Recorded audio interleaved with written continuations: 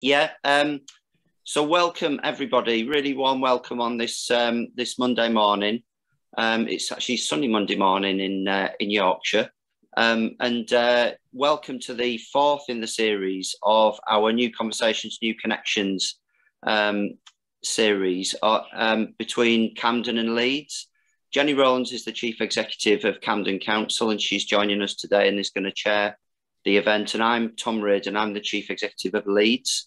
We're a little bit of an unlikely alliance, Leeds and Camden, a northern city with a London borough, and we've been working for about a year now to try and bring different voices together to look at the really tricky and difficult issues facing us in the post-COVID world, and to try and encourage a really open and challenging but constructive conversation about those issues and what we can do to solve them, particularly in a post-COVID world.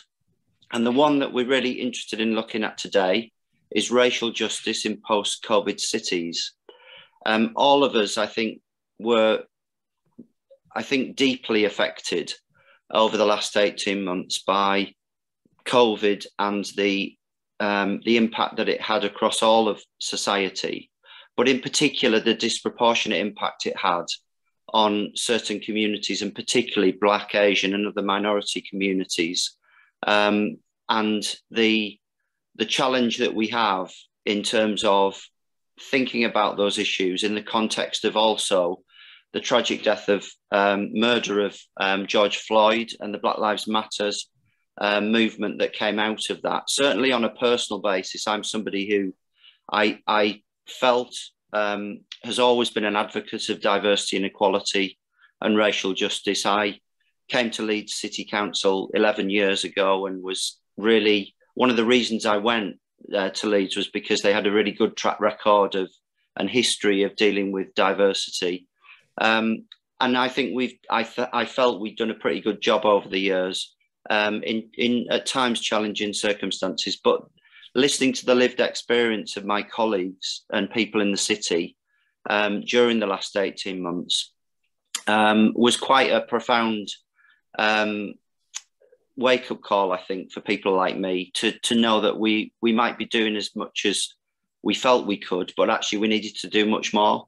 And so we have a joint approach with our Black, Asian, other minority colleagues in the council. There's actually a meeting this afternoon, and a colleague will chair it rather than me, but all my senior team will be looking at the action plan that we've put together in Leeds. We've done a really interesting piece of work about racial diversity and challenges in our tech community, wider tech community. And both Camden and Leeds are really interested in how we, respond post-COVID to the impact of racial injustice in our communities, the state of the UK's fight against racism, the role of councils and civil society in that fight, and what action can be taken by organisations and individuals to create racially just and inclusive places. And I'm really delighted with the panel that we've got today, and we're really grateful to them for spending the time. And I'm just going to introduce them briefly. Councillor Abdul Hai is a cabinet member for Young People, Equalities and Cohesion in London, in Camden. He represents King's Cross Ward and is the cabinet member for Young People, Equalities and Cohesion. He also works at the firm LabTech as the Director of Community Engagement, and co-chairs the Youth Safety Task Force with Sakia Starmer, the MP for Holborn and St Pancras, and obviously the leader of the Labour Party. Councillor Eileen Taylor is not just a colleague, but a friend of mine, who was the very proudly elected as Leeds' first ever Black Lord Mayor, and was the city's Lord Mayor during the pandemic for, again, uniquely 2 years. We're delighted that she's going to be joining us this morning. She's also the ward councillor for Chapel Allerton, and which is one of the most diverse wards in Leeds.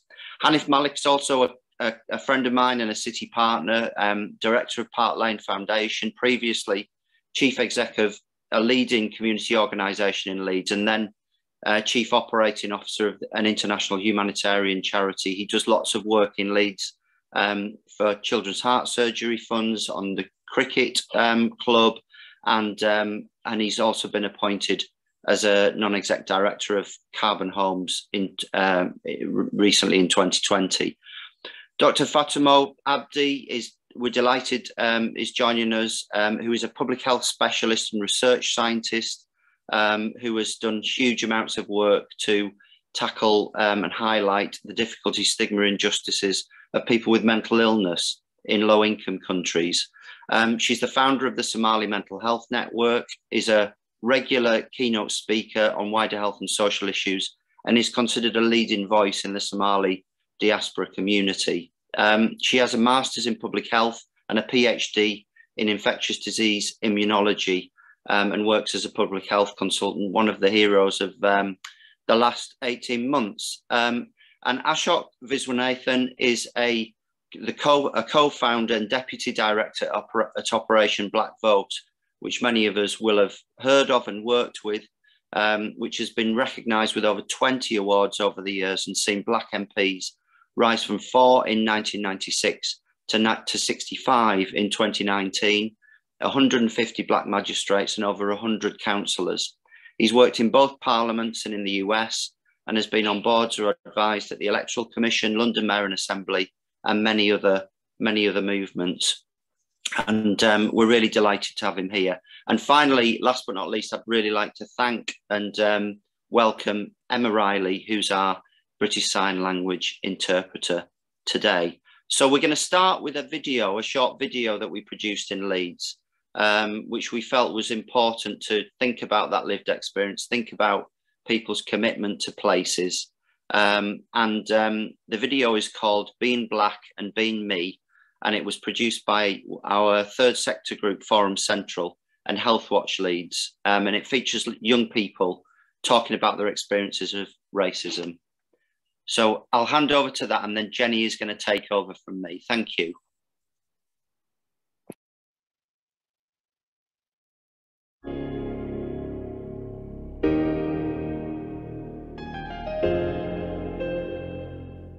What do you love about being Black? I love that lots of Black people do great things. Black is beautiful. I've got a beautiful mum. I like my hair, the culture, the food. The culture, just everything about it. I just like being Black. What do you hate about the way the world treats you for being Black? It hurts me that people already have an idea of who I am before they've even spoken to me. Everyone's immune to each other, even though we're the same. They can take the culture and the music and stuff, but then they don't accept us as people. People like judge you and say stuff. People like constantly like touch your hair. I hate bullies in school. I've just been treating them badly, even though we haven't really done anything wrong. What I hate the most is that they see a colour. They don't really see the person that I am. How does that make you feel? Sad and depressed. Upset. Upset. Very annoyed. Makes me feel angry and sad. It makes me feel sad. I feel like sometimes an outsider. It's quite a crippling feeling because you're powerless within your own life because you can't control how people view you. What would you like them to teach you more about Black people in schools? Whenever it's Black History Month, they always talk about the sports stars like Usain Bolt and all the footballers and all the basketballers. I wish that they would teach more about like the scientists and the more important people like the astronauts. I just wish they would teach us more about the good stuff. I wish they would teach me everything about Black people in school. I'd like them to teach us about the positive contributions you made to society and history. I want it to be treated on the same level as white history is treated. What really happened in like slavery and stuff. If you had a superpower, what would you create for Black people? It's a hard question because there's not many like Black superpower like role models. I would have the power to make people listen. Telekinesis, super speed and super strength. If they want something that they wanted to give to someone So I could use the super speed to get it. Mentally being able to have strength because we go through a lot of stuff. Just being able to have a positive mindset. It may not be a superpower, but it's definitely something. My superpower would be make police stop whenever they're about to kill a black person. They think and don't do it. Stop people being racist and just be equal. Controlling people's minds and be able to change people discriminating other people. I would probably create educational places like schools, secondary schools, colleges, universities, and I'd also create a safe spot for like all of the black people who have nowhere to go. What does mental health mean to you? Mental health means when like people are feeling hurt mentally and they're just upset about something. Quite a lot of black people, like, they get me diagnosed with autism. They will give somebody else 10 times more of a treatment than they would actually give a black person who has suffered from mental health issues because of maybe racist comments. It's very important, but I understand why some people may not want to talk about it within the black community, because you've got our parents, right? And our parents have come from different backgrounds. To them, our problems and our issues may not be as big as what they may be going through. So, oh, I do this, you have a roof over your head. Why would you ever have an issue or a problem? And I feel like that's really why it's hard. I think discrimination can change how people think about themselves because they're different to all the others and they're just this dot in the middle of the whole white paper.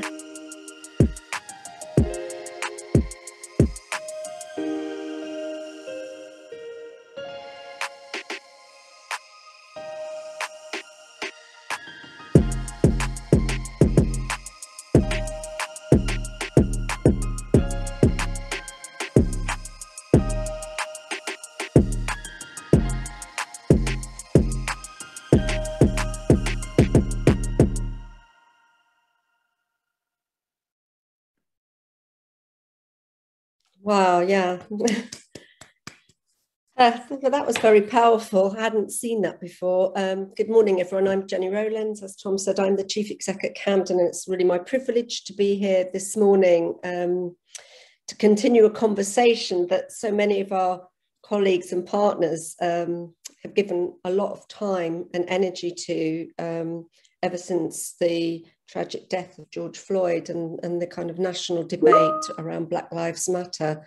I thought what was powerful about that video is what we've certainly experienced in Camden. Like Tom, I came into local government a long time ago. And one of the things that really struck me is that unless we keep these discussions really live, really open and challenging, and unless we have the data and transparency to show what we're doing, it felt like things have slipped back. And lots of the discussions that we are having now about a place at the table, about disproportionality, about white privilege, and about being truly anti-racist, are conversations some of us had decades ago and believed we would have moved forward on. And so our work here in Camden is really with amazing Black, Asian, other ethnic communities and our white allies, is to say, how can we disrupt things this time so that they don't go back? And we've got the goodwill, we've definitely got the expertise, and we've got the power, and you'll hear from one of our cabinet members shortly. But the other thing is, Black people themselves have all of the answers. And in that video, we heard everything from very young voices about what needs to change and the dilemma. I thought the dilemma around mental health and stigma, and I was really touched by the kind of superpowers being just to try and make things right, to use a superpower just to get rid of discrimination. But one of the most powerful things I heard is something I've heard a lot from our staff and our community, about how exhausting it is every day to get up and be judged before you even speak. And I thought that came across very powerfully as well. So I'm looking forward to our discussion this morning. For people that have joined us, there is a question and answer thing that you can go on, and we'll look at the questions as they come in, and I'll try and get the themes up during the debate. But I'm going to start just by asking our panelists, after seeing that video, if they've got any particular reflections, but also to take it into your personal experiences of the last 18 months and tell us what it's felt like and what you think we need to be highlighting today and beyond. I'm happy shall I just invite people to speak in no particular order? Perhaps Councillor Eileen Taylor, could I ask you to start with your reflections? Yes, my reflection is watching this video is just brought everything back to me, because this is what I've lived through. This is what I have to go back to my father, because he came here in the Windrush and he was deep in the racism bit, and nothing hasn't changed. Slightly things change, but as the young people, hearing the words coming from the young people, I felt really emotional, because no young child shouldn't be going through this racism. And I'm reading at the moment, it's Black History Month, is struggled for freedom. And this takes me back to the 17th century, when they went to the different Caribbean and take people as slave and bring in. And today we are still in slavery, you know, in different form of way. We need these young people who talk about what they thought in school in Black History Month is quite right. They're just picking, but they're not educating them on history. They're not educating we are talking to Black kids. Black kids is the one that feeling the pain. Why are we not talking to the white kids, the parents, to talk to their young people, their kids? Because what you dish out at home is what the young white kids take into the school ground. So I don't like comparing. In Leeds City Council, for instance, is 3 Black person. And a lot of times one will call me a different councillor name. And I'm thinking, we look nothing alike. We haven't got the same shape. So why are you mixing me up with this individual? And this is what's still happening. Since George Floyd death, the few months of it is flared up and everyone was going to be happy-dubby. But I honestly can't see any change since George Floyd death. The conversation stopped, everything and all, and it's just waiting for the next one to happen, and then it's all flared up again. In England, we keep saying we don't want to make the same mistakes, but we keep mistakes. Black is a person, a human being. Take this layer of skin off a Black person and a white person, it's blood underneath. And we need to educate the white young people. Don't look at the color, look at the individuals. Yeah. Thank you, Councillor Taylor. Abdul, Councillor High, would you like to follow on? Thanks, Jenny. Just to say, I think the video was really powerful and really sort of brought it home. The fact that young people are talking about race and being treated equally, discrimination, and promoting Black history in a positive way. To me, it really brings it home, the fact that they should be focusing on education, learning, being a young child, and in a way that I could relate to that experience, my own self growing up in Camden back in mid-80s, where, you know, I faced racism, walking down with your mum and people calling you Packy and go home, spatting in my mum's face, really kind of struck of the level of racism, like playing in you know, playgrounds where, you know, people will say, pack, you go home, go back to your country. And as a young child, you had try to sort of deal with that emotion and the unjust you felt, and coming back to the Black Lives Matter and you know, Black people have been discriminated, not just in the UK, across the globe. and being treated unequally. All people are asking is for justice. And I think equality and diversity cannot be just words, has to have a meaning to it. And for me, it's, you know, I don't want my children growing up here and next generation of people of color thinking about race and equality. You know, this is the 21st century. Human race has made so much progress.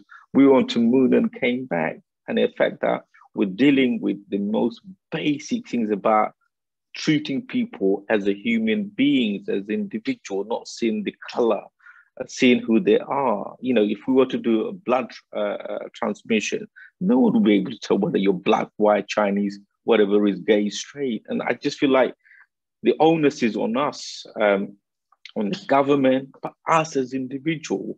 We've got to be able to challenge it. In Camden, I think we've done a lot of work on you know, the work with Jenny's leadership and Councillor Gould, the leader of council, and sort of inclusion workforce. We are challenging some of that.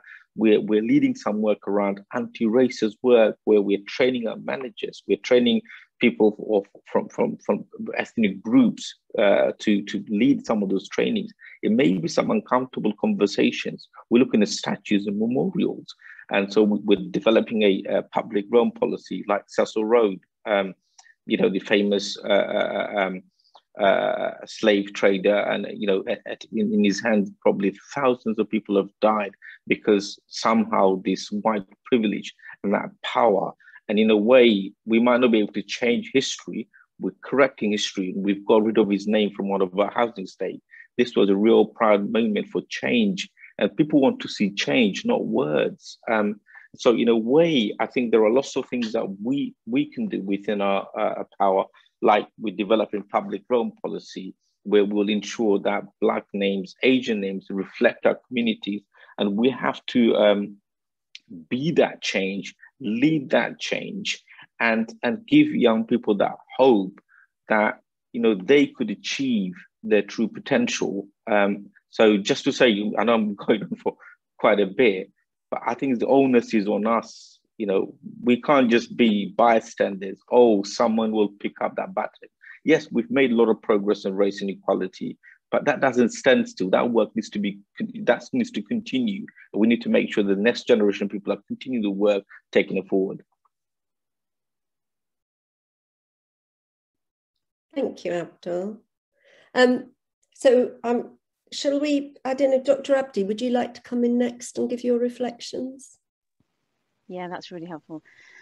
Thank you. I thought the video was really, really powerful, really powerful. I have children of similar age. I've had conversations with my children about George Floyd, about racism, probably years younger than I'd expected to, if I'm honest. You know, primary age school children should not feel, and I actually felt really, it's powerful, but it's also really sad that a child, instead of having their childhood and to be innocent and play and just be carefree, is thinking about, you know, using words like I feel sad or anger, you know, or distress or frustration because of the way they're being treated, and they feel it.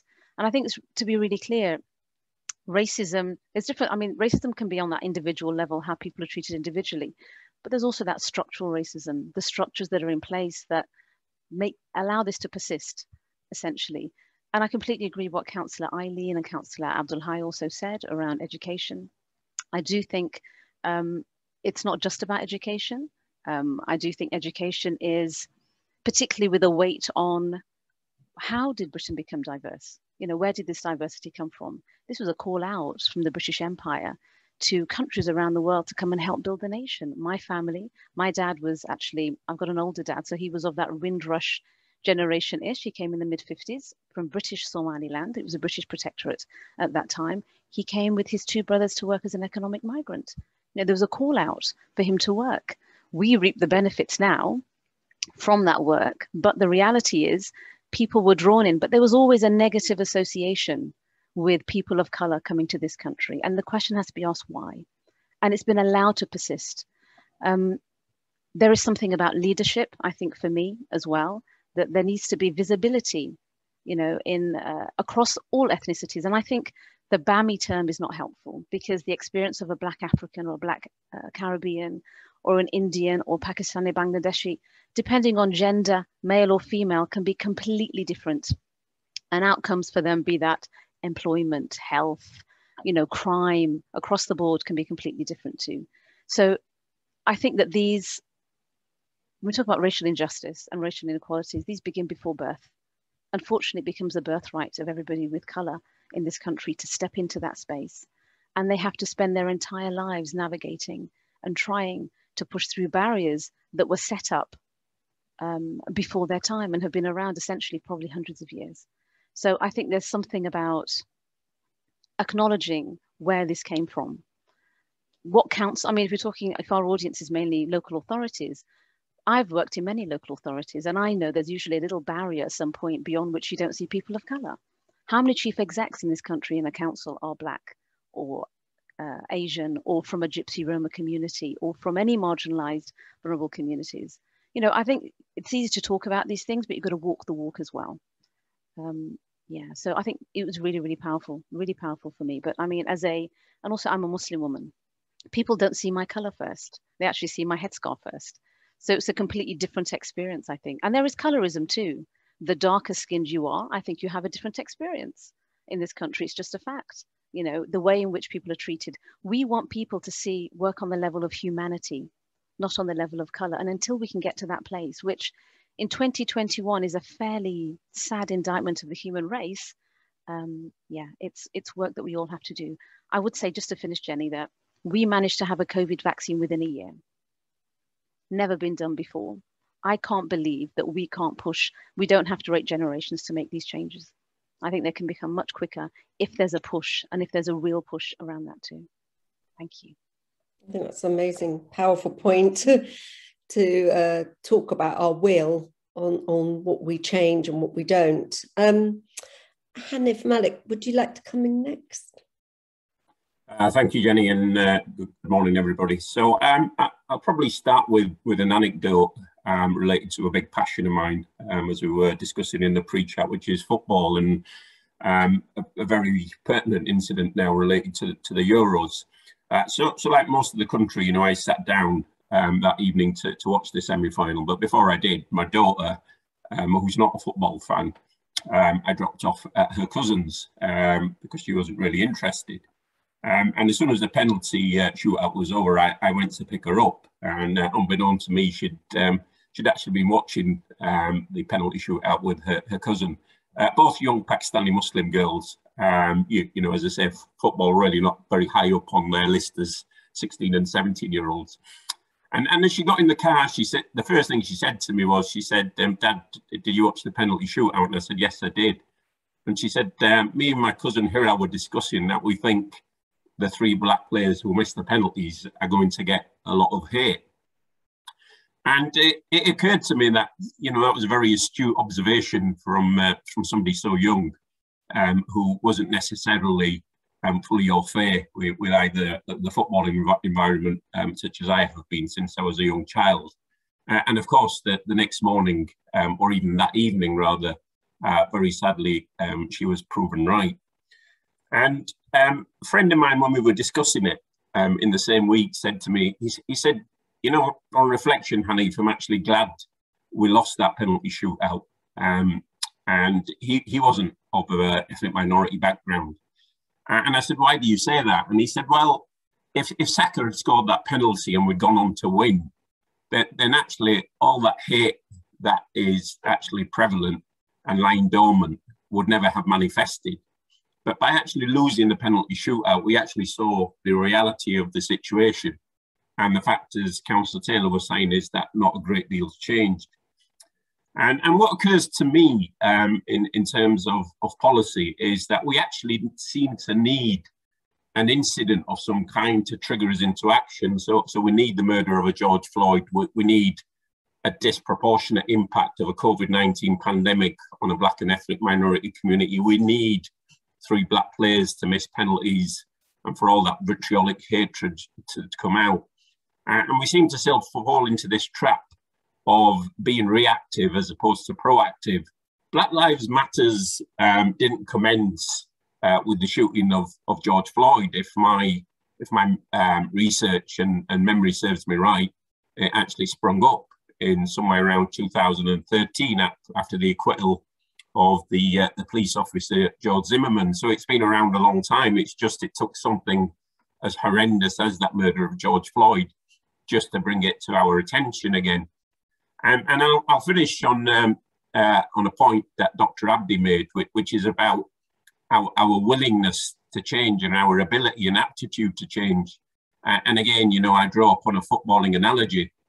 So if you're interested in football, you'll be aware that a few months ago there was an attempt by the big six clubs to form this Super League, you know, very much embedded in greed. And of course, that would have had a much wider implication for football, the Premier League, most of it related to the loss of finance and funds. And I'm a Leeds United fan, and you know, one of our players, Patrick Bamford, in his interview on Sky, you know, and he's quoted now as saying, it's amazing what can happen when everybody comes together, when there's a vested interest, in this case, the loss of finance and funds. But when it comes to the issue of tackling racism within football, then, you know, it's 2021 and we're still trying to face the same issues that we were in the 70s and 80s when people like John Barnes and Cyril Regis and others were suffering. And then just to sum up, as I say, so the willingness and aptitude can't be something that, as I say, is aligned to an international, a national incident, whether it's George Floyd or Euros. It's got to be something that's embedded day in, day out and is continuous and has to be given the same priority as loss of finance or funds would be. And my concern would be that in a post-pandemic world, whenever we arrive at that juncture, that actually, you know, what will happen is this will be lost again as we begin to focus on economy and bouncing back. And, you know, again, this gets lost in somebody's intro. Thank you, Hannah. And I think that will definitely pick up that kind of theme about what incident triggers our action and what needs to come next. So last but not least is Ashok Finwasnathan. Ashok, is your connection okay? Because I'm losing you now and again on the picture. Can you hear us okay? I can hear you fine. Oh, perfect. And it's great to be here. Morning, everyone. And thank you, Jenny and Tom, for the invite. I'm particularly proud that this is a session with Leeds and Camden councils where we've done work going back to our formation in 1996, doing work around voter registration and getting the vote out during elections, general elections, local elections. So it's wonderful to be here, and welcome to all the participants. I can see there's a great many on this session, so welcome to you too.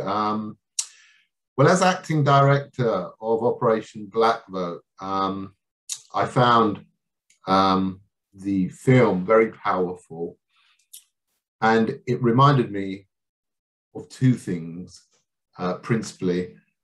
One was a speech approximately 4 years ago given by Greta Thunberg to the UN, who said at the time, I shouldn't be here speaking to you world leaders.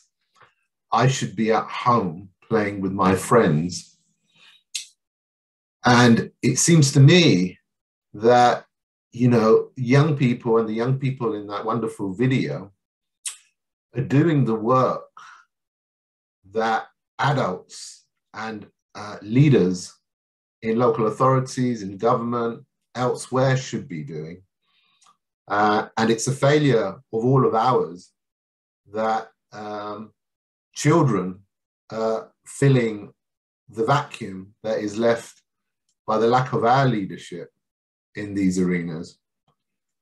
But the positive from that is what we know is that in terms of the future, young people have a great deal to contribute in terms of their ideas and their energy. And we have a very optimistic future if we have young people and children like those in that film, who strongly have these views and values and altruism that is desperately needed in these desperate times. And so, you know, for me, the video is double-edged. It shows a failure on our part, but it also shows an optimism in the future and the future of young people in our society. In terms of where I and OBV have been in the last 18 months, we were asked to speak a little bit about our personal experiences and journey in this time. Well, we've gone through an incredibly transitional period. We locked down the office in late January of 2020, thinking we'd be locked down for a few weeks. And here we are, almost 2 years later. I made a huge move of deciding to leave London, my home for 48 years, and go from the two places in London where I grew up, which were Hackney and Waltham Forest, and ending up in Leafy, Hampshire, where I still am almost 2 years later. It couldn't be more different. I'm in the heart of Jeremy Hunt and Michael Gove constituency. So it's been an interesting ride. In that time, we have left our offices in London, which were in Bethnal Green. We are currently without an office. We have had an outgoing director, Lord Simon Woolley, who has taken up a new position at Homerton College, Cambridge, as the first Black male principal of an Oxford or Cambridge college. And I'm acting up at the moment until we get further news. And so, you know, during that time, we've tried to be nimble and move to remote working like so many of you. And it's come with its challenges. It's come with its sort of day-to-day reality challenges, as well as obviously having to continue an organization at a very uncertain time. But we've tried to seize it and look at it as an opportunity.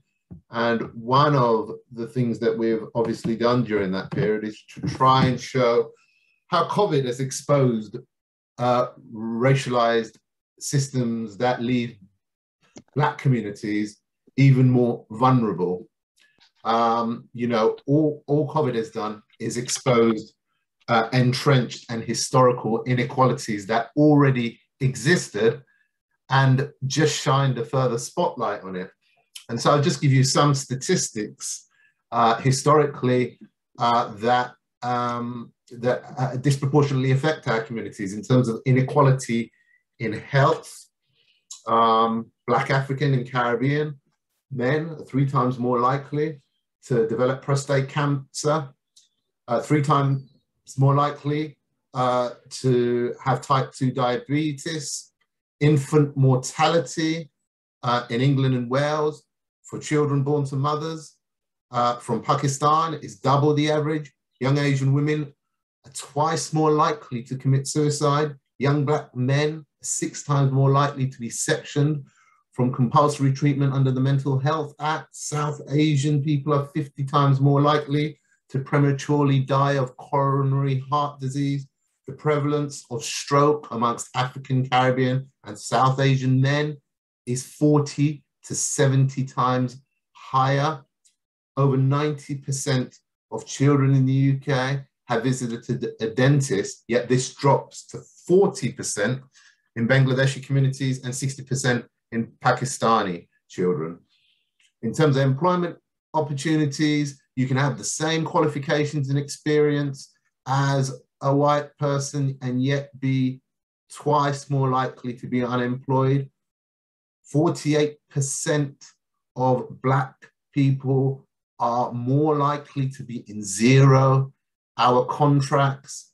Bangladeshi and Pakistani graduates are 12% less likely to be employed than their white counterparts. African Caribbean male graduates earn £7,000 less than their white counterparts. Of 279 NHS chief executives, only 7 are Black, African, Caribbean, Asian. And somebody referred earlier, I think it was Dr. Abdi, to chief executives of councils. Well, in terms of unitary, metropolitan and London local authorities, out of 123 chief execs, only 7 are from one of those communities. And then in terms of policing and criminal justice, African Caribbean men are twice more likely to be dying in police custody, 4 times more likely to be stopped. African Caribbean men specifically are 10 times more likely to be stopped and searched. Black offenders receiving immediate custodial sentences of 1.4 times higher. And Black men are 3% of the population, yet make up 12% of the prison population. That's higher per head than even the USA. So these are the challenges that were already there, as has been said. All that COVID has done is shot a further spotlight on this. And it's a very necessary spotlight. And we have an opportunity here, while that spotlight is on these inequities and inequalities, to try and look at transformational change. We have that opportunity now, and we must seize it while we have it to look at long-lasting change. Thank you.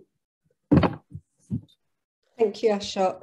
So we can open up the discussion amongst you as the panelists now. I think one of the things that's coming strongly through is, you know, I think as Ashok just perfectly said, what we've all said about the pandemic is it's shining a spotlight on the inequalities and disproportionality that existed. And we saw a kind of polarization on some health needs and other housing and other support needs, employment during the pandemic. So I guess one of the things that we'd love to hear more from you as the panel is what actions should be being taken, what's the call on us and central government now, and what if you like would be the changes that would have most effect. But I'm also conscious that you've got particular expertise you might want to highlight too around the lived experience during the pandemic. Abdul, you wanted to come in. Yes, Jenny. Just to sort of add to the contribution made by colleagues. First of all, if you look at the Government Commission report on race and ethnic disparities, I mean, completely whitewashed. That really needs to be addressed. There needs to be real acknowledgement that race inequality, we have a long way to go, because that report completely says all is good and we're making good progress. And that's, so the government is really kind of acknowledge honesty. And also, I think, starts from the central government. All the stuff around anti-immigration hostility, Brexit, blaming ethnic groups for taking their jobs. Look at the labor market. Who's going to come and do, you know, kind of run the economy? You look at during the COVID-19, yes, Black and Asian ethnic groups disproportionately died, but you look at the facts on the ground. There were frontline workers. They were living in overcrowded housing, had underlying health conditions. They're the people that got our economy moving, kept us on our feet. And there's no kind of acknowledgement. I think I would say, you know, I would go far as saying that this government needs to really set up a race and equality cross-party task force, really gives them the gravitas and the power and says, they're going to lead the way. We also need to have a real acknowledgement in public service, in the private sector, of our structural inequalities and injustice, whether it's in the workforce, something that, Jenny, you've been supporting in Camden. You know, we set up a mentoring sponsorship program. You know, the work around in Camden around disproportionality, we set up across senior officers, task and finish group, which looking at the recommendation from the report that we produced in Camden, looking at the disproportionality within, you know, around COVID-19 and around employment, around housing, around health. And now officers are working with our partners, with our communities to implement. So we really need, within local government, there needs to be a commitment You know, how many local authorities have directors around race and disproportionality? Probably in Camden, we're the first London boroughs to have that a director. So I think it's not words. We need commitment in local government. If race and equality is something that we're really serious, then the proof is in the pudding. We have to commit to it. And so I would like to see much more awareness within both national and local government around the visibility and that injustice. More you look at sort of our public services, more I dip into different areas, more unfair and unequal Britain, and how socially, culturally communities included. So if you look around Black History Season, yes, there seems to be a lot more focus. We need to just not just see Black History Season as a day. It needs to be something that we do every day. You know, our curriculum needs to really reflect of journey of our communities. An example I give, I didn't even know about the World War II, when over 1 million Muslims and Indians have died in the World War. There's no acknowledgement anywhere in the history. The education I was taught was selective. I didn't even know about my own communities. I did not take any pride. Growing up, I was thinking, God, I was white, then I would have been fine. But now, you know what? I'm proud to be who I am, but by identity, I had to self-taught myself. You know, our systems are really failing, and we need to ask ourselves as to what action are we going to take? How are we going to fix this? Thank you. Thank you, Abdul. Fatima, would you like to come in? Yes, thank you. There's some really good points you made there, Councillor Abdul Hai. It was really pertinent. And I really did enjoy all the introductions by our fellow panelists, really insightful. I do think that if we're waiting for I'm going to be completely honest, this is my own personal opinion. I think if we're waiting for central government to make shifts and change, we're waiting a very long time. And I think that if we're talking at the level, given our audience at sort of local council, for me, it's a couple of things. I think the approach to this has to be intersectional. You know, I think everybody's touched on many things, you know, education, crime and punishment, which are intrinsically linked because you have that school to prison pipeline, unfortunately, that a lot of particularly Black children, and I say boys particularly as well, go through, unfortunately, which is already set up to do that. You have the areas of employment that I know Ashok touched on as well, and health and well-being and the inequalities that are faced there as well. So it has to be an intersectional approach. It's not just you know, what do we do about racial injustice? What do you do about the entire, all these systems are set up to, in an unjust, unfair way, to make sure that people of color or a marginalized community, because I include also the Gypsy, Roma, traveler community, they may not be of color, but they're equally marginalized in so many areas as well. It's set up to ensure that they don't succeed in society. So the question behind that is why? What is the threat? Is there a threat? What is the threat that's perceived by people from some of these ethnic communities being perceived as a threat? And also, what funding and what money is being put into tackling any of these things in a really meaningful way, in a joined up way? You know, it's not in a tokenistic way. I think many institutions, you know, that we have will fly a flag and will have I don't know, you know, Black History Month will be the month where things happen, a little flurry in the month of October. But this should be a commitment. Money should be invested. Things should be done. The urgency that we had with COVID should be the same urgency that we attack this problem of inequalities. Because as Ashok said, we're talking loss of life. We're talking people dying younger. We're talking people having miserable lives. If a young man is sectioned, you know, I mean, the pathway into mental health services is mainly coercive, you know, it's significantly more coercive for people, particularly Black men. You know, if you're talking about disability rights, you're talking about disability even by gender, it's such a big issue. It's not one that can just be labeled under, well, what is the racial injustice? It's far wider and deeper than that. And actually, for me, it's about the fabric of society. The very fabric of society is flawed and it needs to be shifted and changed. In the same way we had to shift and change our lifestyles for COVID, we have to shift and change our perspective to be able to address this. And that's at every level, from the top down. But I think if you're waiting for central government guidance on this, we'll be waiting for a little while. But I do think that we have our our own way. I mean, from my perspective, working in public health during COVID, I mean, what really, it was touched upon by our panelists, but the, these inequalities, public health has been talking about them for as long as public health has existed. These health inequalities, social inequalities, economic inequalities, political inequalities, they all contribute. Educational inequalities, these contribute to poor health. If not just poor health, not just quantity of life, but also quality of life as well. So COVID was, for us, I think it's a watershed. I agree with what Hanif said. It should not take a global pandemic for people to say, oh my goodness, there are inequalities that exist in society. They're known, they're researched. I think even about the communities, this has been researched to death. You look at any of these areas, we're talking about inequalities, there's been research done. There's almost consultation fatigue in the communities. How much can you consult with the community without any action on the back of it? And then you're expecting a positive response when you say, well, actually, I want to talk to you again about the same thing again and again and again.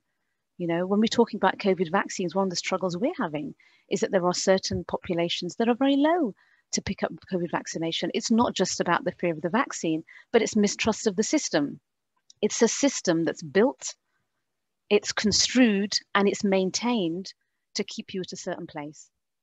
And until that changes, until that perspective changes, and that it's acknowledged as well, then it's very difficult to even begin this conversation at all. It needs to be really acknowledged, and anything has to be done on that wide intersectional broadscape rather than looking at individual things. Thank you. Thank you, Fatima. I'm going to take Hanif and Eileen, then I'm going to read you some of the questions that are coming in thick and fast, which I think build on what some of the panelists are saying. So, Hanif, are you?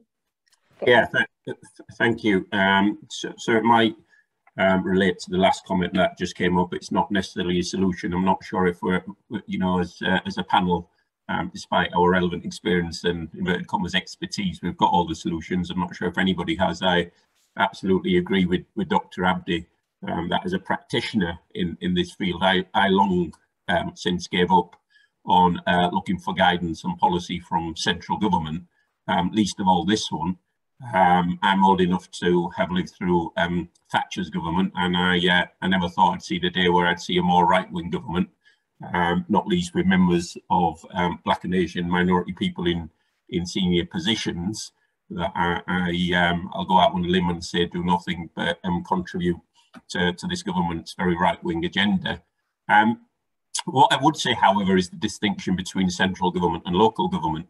And I think where local government have an advantage is that you're able to be bespoke to your respective localities and respective communities.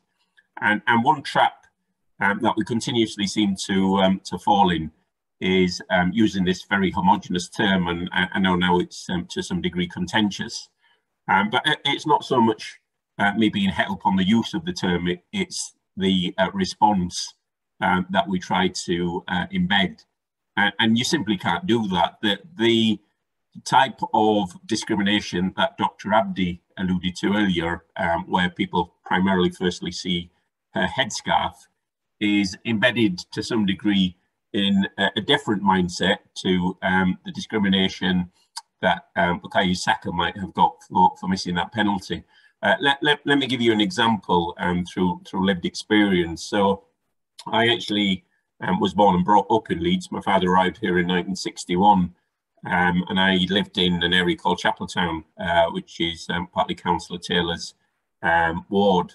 And Chapeltown had quite a bad reputation if you didn't live there, but for all of us who lived there, actually largely very much enjoyed living there. And again, I'm of the age of a three-tier school system. In those days, it was primary, middle, and then high.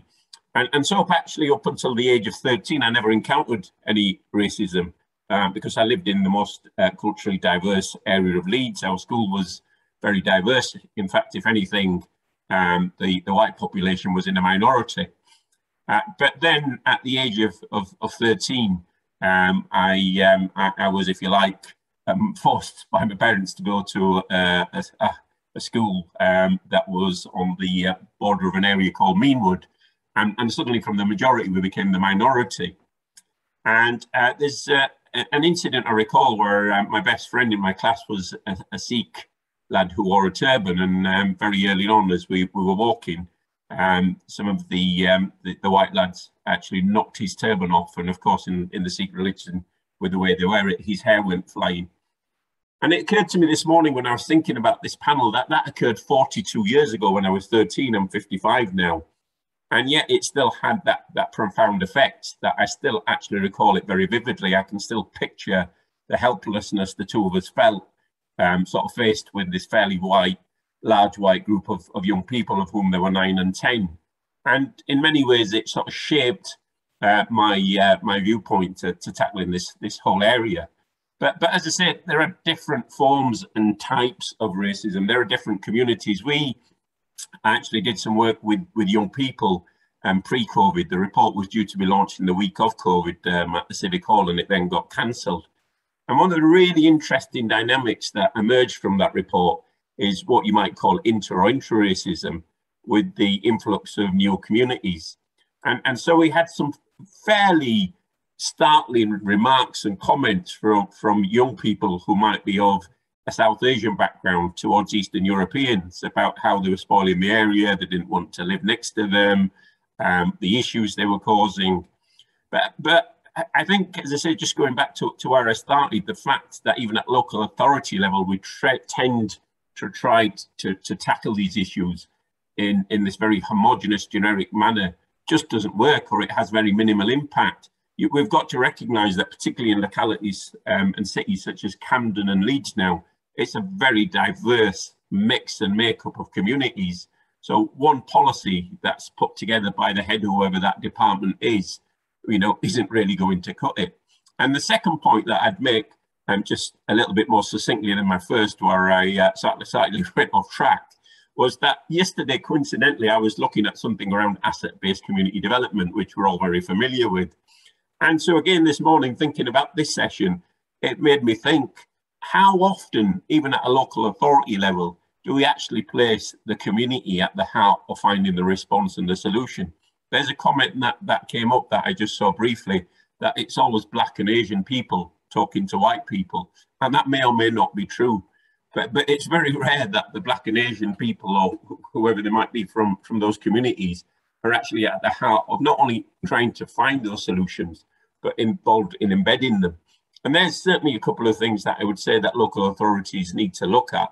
That A, you need to be more bespoke in terms of tackling this issue with the communities that reside in your localities. And B, it's now 2021, and we're talking about the same issues as we were in 61, 71, 81 and 91. And we've just got to find, as I say, methods of actually putting people from the community at the heart of finding the solutions. And, as it said in the ABCD response I was talking to yesterday, it's doing with, not doing to, that actually will find the best solutions to this. Thank you, Hanif. Councillor Taylor. Yes, thank you. I was listening to Agdo talking about our Prime Minister.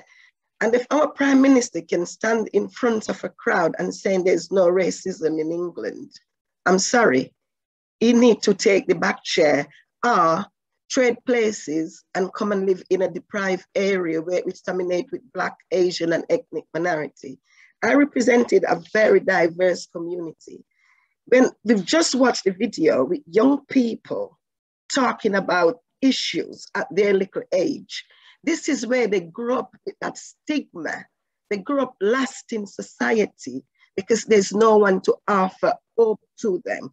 I'll go back to the football that Malik spoke about. The 3 goals that kept England in the football match was a Black man that kept us going from day one, else England would be out. However, when Harry Kane scored his first goal, that Black person never mentioned that he was the one that kept us in the football. So these are the institutionalized racism what's still there. We are still at the back of the queue. Back in the days in the 17th centuries, they used to give Black people like Sundays from the slave masters to celebrate their culture. Now, They give us Black History Month. 31 days for Black people to put in that 31 days their achievement. Where is the white people days? Why are they celebrating? We have Black History Month. Where is the White History Month? There is racism in England towards Black unemployed are very high, housing are poor, overcrowding. Everywhere, Black people is at the bottom of the queue. And this is why some Black are just fed up. Because I'm going to say we are repeating ourselves. We are promotion in the workplace. It's at the last hour they gave a Black promotion. We talk about execs. Leeds City Council only have 12% BAME at the higher rank. So look, 12 from 100. And there's some intelligent Blacks worked in Leeds City Council. How many Black officers? I think it's only one I can recall are 2. So those are the things that is embedded in us and take us back to where we're coming from. The slavery is still going on. Every so often they drop and give us something and then, oh, the first Black and blah, blah, blah. But it's just to make it look good and tick the box. We need to take it into schools, but before it goes into school, parents need to educate their kids.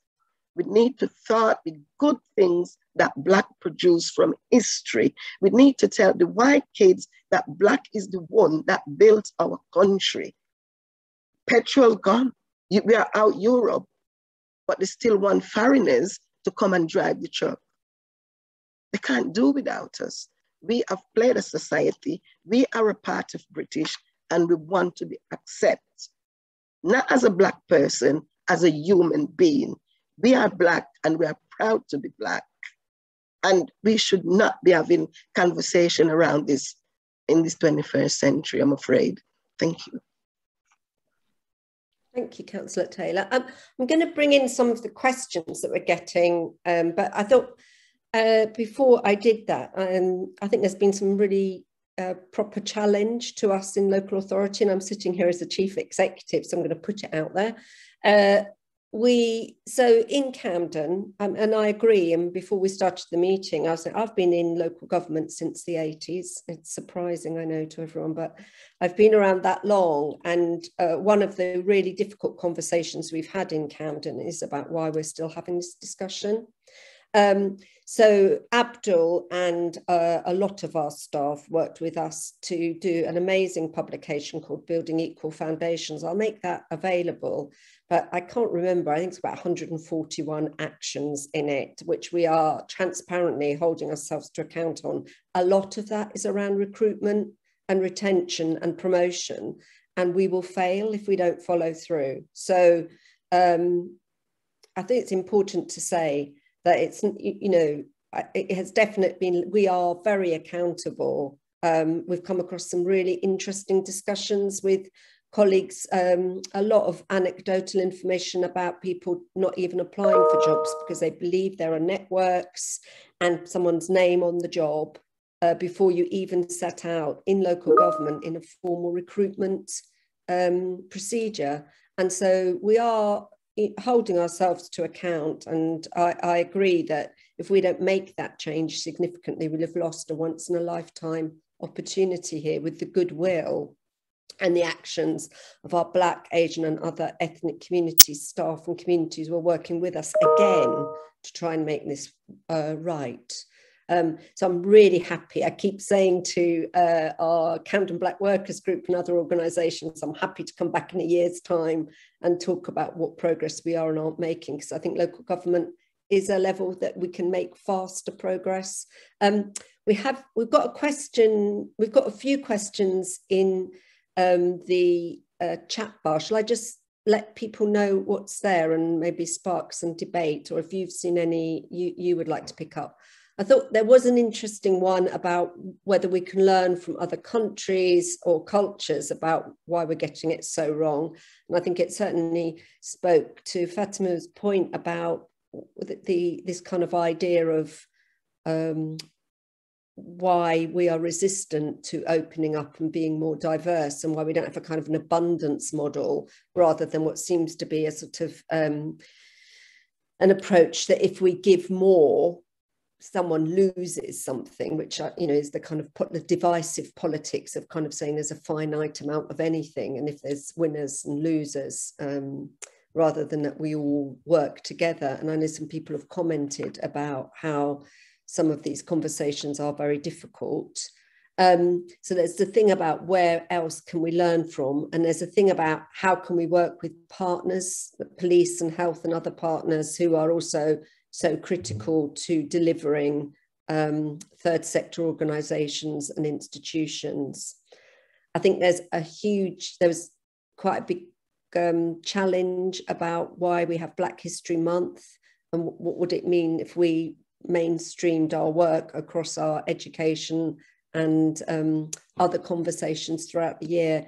And I thought Hannah's challenge to us about sharing power and where the resolution's coming from in different models was also a really interesting point for us to challenge ourselves on. And it also links, I think, to the question of representation at every level in organisations. So there was a specific question at the beginning as well about psychological impact on young people of carrying the burden. I'm sure people have got comments, but I know we have, Fatima, we've got you here as an expert. I didn't know while people are having a think if you wanted to pick up that particular question to us. Yeah, I'm not sure I'm an expert, Jenny, but I don't actually think that, the statistics, and we know the statistics and they've been around for a very, very long time, but it's something about I've lived in Camden. I don't live in Camden anymore. I've just shifted across to Westminster recently. But I have 2 young Black children attending a Camden school. So this is just sort of as an example. Not a single member of the teaching staff in that school is from any ethnic minority. Only the TAs, the teaching assistants, and I say only, but I don't mean only. I mean just the TAs are representative. So you'll have women from ethnic communities as teaching assistants. So they have very little in the way of aspiration or example in the teaching staff. And this is, our children spend 6 hours a day. I'm just talking about children initially, but actually we should be thinking across the entire life course. It starts in school, but we're all living through different things. And I don't think the focus should just be on schools or education. It has to be across the entire life course. I have a child who has experienced racism in a Camden school in the playground at the age of 10 years old. His first racial experience was at 4 years old in reception. When another child commented on the colour of his skin in a very derogatory way indeed. He didn't know what to make of it. He's never experienced with that. But at 4 years old, for a child to have to be faced with, and this is from another child who was actually from an ethnic community. One of my children is exceptionally gifted and has been assessed as being a member of Mensa since the age of 5 or 6 years old. Not a single day went by in primary school where there was any sort of stretching, any sort of additional work. There was nothing done to help support that child. I've been paying for tutors. And this is just my story, Jenny. I'm being honest with you. And everybody has a story. But I'm saying that even when you have children who are towing the line, doing the right thing, being polite, being kind, the systems in place are there to make them feel less than who they are. And that's the thing I find almost soul destroying. And as for a parent, we're talking about the psychological impact, not just on the kids. As parents, every single day of the week, you're advocating for your children. Even if you're not a parent, the aggression, the microaggressions that go on a day-to-day basis are exhausting. I mean, that whole George Floyd incident at the time when that murder took place was an exhausting time. And I felt very threatened because I have young boys. And I could almost relate. That could be my father, that could be my brother, that could be somebody I know, even if it's not from my particular community, this is somebody who that injustice has happened to.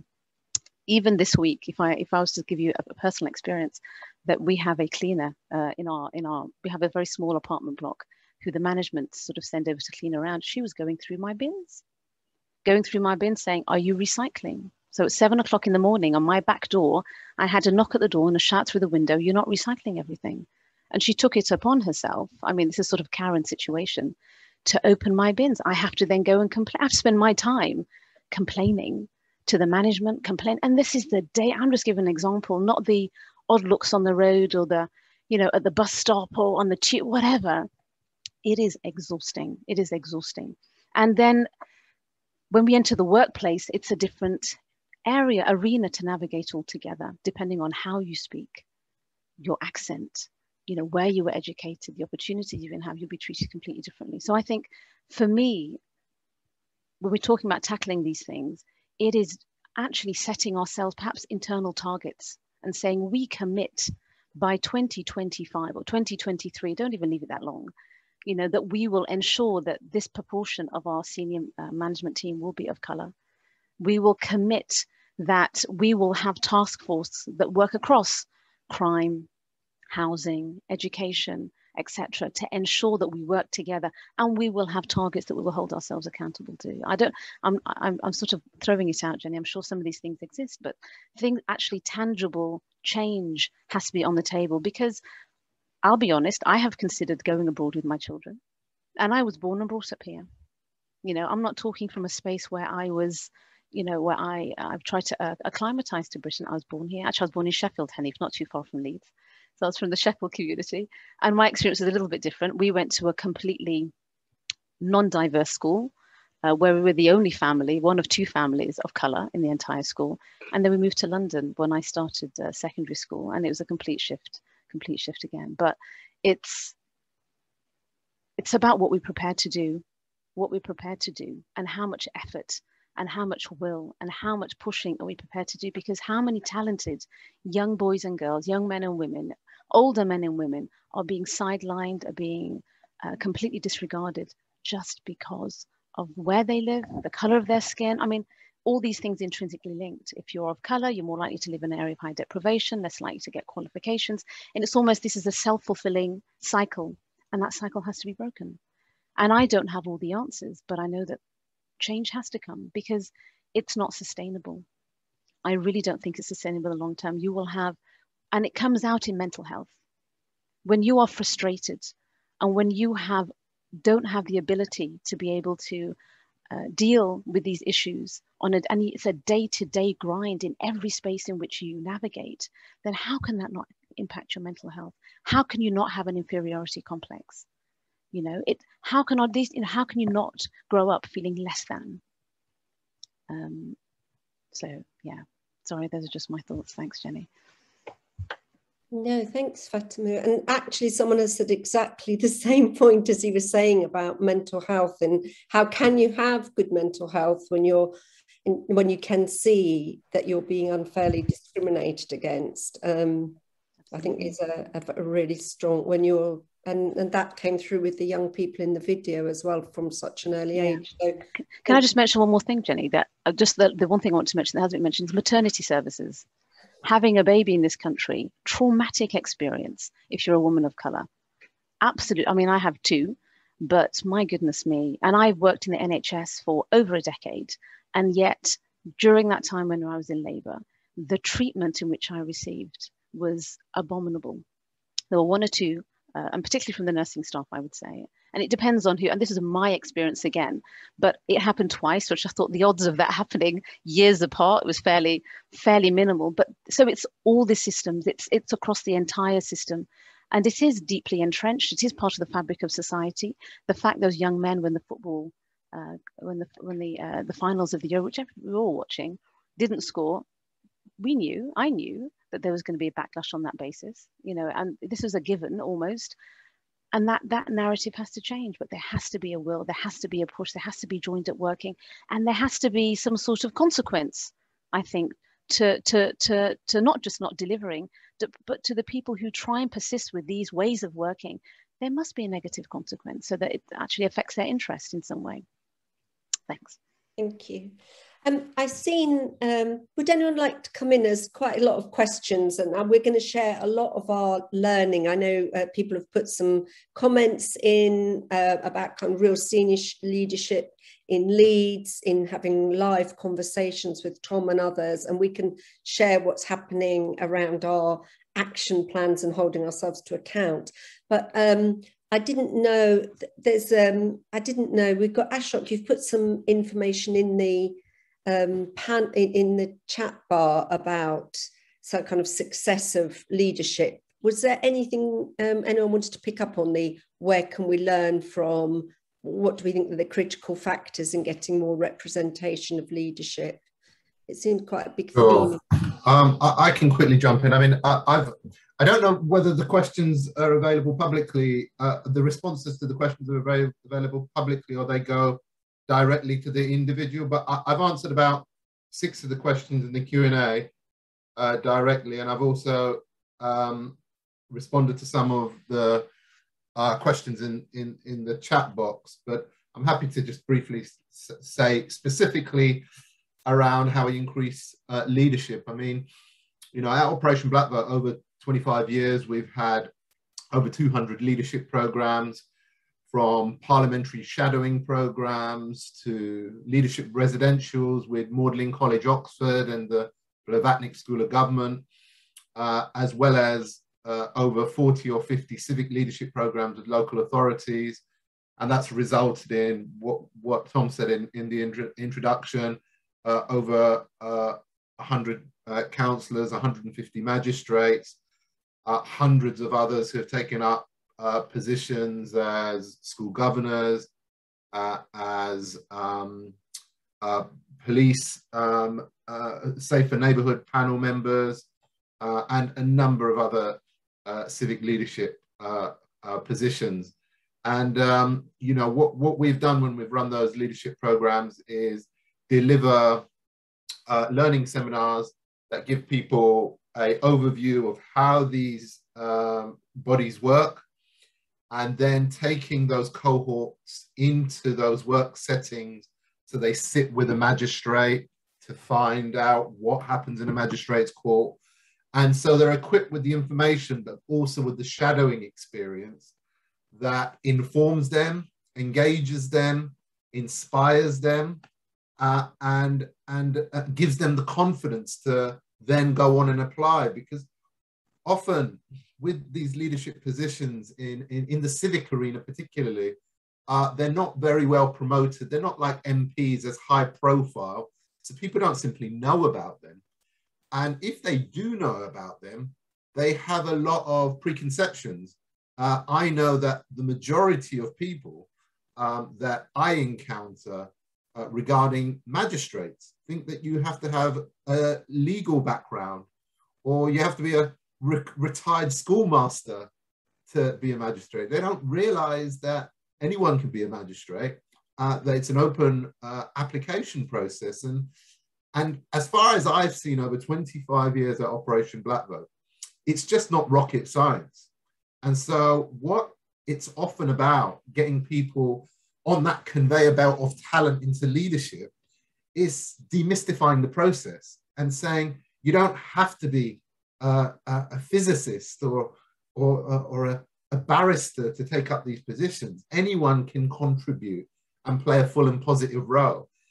So it's about getting the information out there, inspiring people, informing people, and giving people the opportunity. Thank you, Ashok. I'm conscious of time. There's a couple of questions. I don't know if the panelists got any comments they wanted to raise on the models of practice or accountability that they could share with us. There's a couple of questions that I think the councillors might want to pick up around council's leadership and what resources and priority we're giving. And I particularly like the question of when we bring Tom back in. There's a question about how in Wales they're making Black and Asian history mandatory. I'm wondering if we'll do that in Leeds, and maybe we'll say in Camden as well. So there's some great questions coming in the chat bars as well. So what about this thing about where we're putting our priorities and resources in local government? I didn't know, Councillor Taylor or Councillor High, if you wanted to comment on that before I hand over to Tom. Councillor High.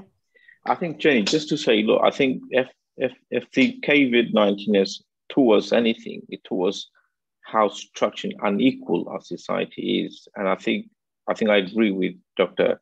Faduma around, we can't rely on national government to give us guidelines. We have a government that really quite dismissive of race and equality and the report they produce. So I think the onus is on us at a local level. And I think if we're really serious about race and equality and that injustice, then we have to make that a priority for local government.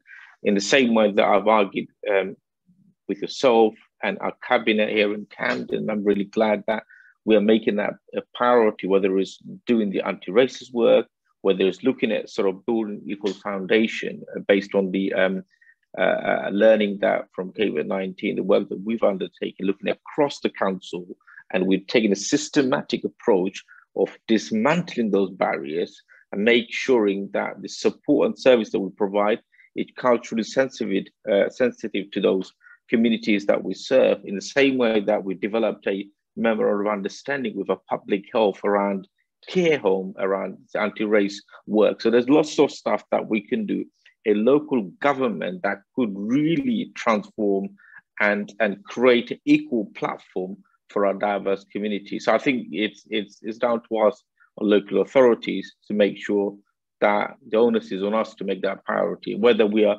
bold enough at a time of limited resources, that's the question that we need to ask our politicians.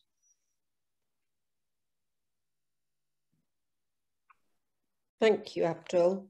I'm going to hand back over to Tom, just to kind of help us round up. If we haven't had a chance to get to your questions, we write up the session and we'll try and share information as part of that as well. So thanks for all of your questions, and we will get back to you at some point on them. Tom. Thank you. Thanks, Jenny, and thanks to the panel for certainly one of the most powerful meetings I've been involved in since I've been chief exec of the council, which is now 11 years. And thank you as well to Emma for doing an amazing job in terms of signing this for us. I really appreciate that, and appreciate doing this non-stop for an hour and a half is a real challenge. So thank you, Emma. I think, you know, the video, I'll just reflect back some of the comments that some of the sort of headline comments that I took away from this. The video, I think, for all of us was deeply moving about how young people articulate so clearly the problems in our society, and how sad that is that they do so at such a young age, but also they did give real messages of hope for the future, particularly about promoting positive Black history and the huge contribution to society that has been made and is being made as we speak. And, you know, that I think is something that we've got to hold in our, you know, in our heads and our hearts, I guess, in moving this forward. I heard very strongly about how exhausting it was to get up and be judged before you even speak, how there was so much more to do. The onus is on us, including ourselves, myself and Jenny and others, to be that change and to lead it, not be bystanders. The words aren't good enough. It's the change itself that needs to happen. The issues of structural racism that have to be tackled, that were very, very articulately by different panelists put across about the education system. You know, the Windrush example is probably the best one, about, you know, people being invited to come here and build the nation and doing so very positively, but that not being reflected in the way we're educated, you know, have been educated for years in terms of telling that story, and not just once a month or one day a year, but the whole year. How senior leaders in local authorities have to step up and be part of this. The vaccine took a year, So let's not wait a generation. The football analogies were interesting, weren't they, about the need to be proactive, the way that racism in football is dealt with, and the very powerful ways that is coming to the fore, but how we've got to be much more, look much deeper than the cultural aspects of sport for the solutions. It goes through all the health, education, economic, criminal justice systems, and then how we can look to young people and children coming through who have the views, the energy and the optimism to tackle these issues. I sometimes, when you've been doing so much work over so many years, you have moments like this that just, you sit there and you think, actually, someone else better off doing this job than I am. Because however much you passionately feel about something, and some of our colleagues from Leeds have been posting on the chat, who we've met and who, I'm meeting this afternoon to take this work forward. It's these sort of issues that make you reflect on that. But I also note the reflections from Gilda and colleagues on the chat as well, that the white colleagues are really important in taking this agenda forward as well. And allies are crucial to changing this system. And I think those of us who are in the leadership positions and want to change, and I think have made some progress in some areas, but clearly not enough across the board. We need to regroup and I think seek common cause together with people like yourselves and make sure that we're really working together and driving this agenda forward. And I assure you that myself and Jenny will follow up and be doing that with Georgia and James, our leaders. And, I'll take that into the national discussions that I have as well, to try and tackle these issues. I won't even try and go through the actions that are needed, because I think they're so fundamental, and we are making a difference in our different ways in parts of the areas for parts of communities, but we're just not doing enough. And I think that's the main message to take away from today. And thank you so much for your time, for your really articulate and passionate testimonies and evidence and stories that you've given us. And let's take this away and do what we want these conversations to do, which is seek positive change, which we will try and do. So thank you so much. Thanks to those of you who've been listening in, and we'll follow up with answers to the individual questions. We'll follow up by circulating this to more people in the sector, and we look forward to taking this agenda forward and making a difference in a more positive way in the future. So thank you. Have a good day and have a good week, everybody. Thanks very much. Thank you.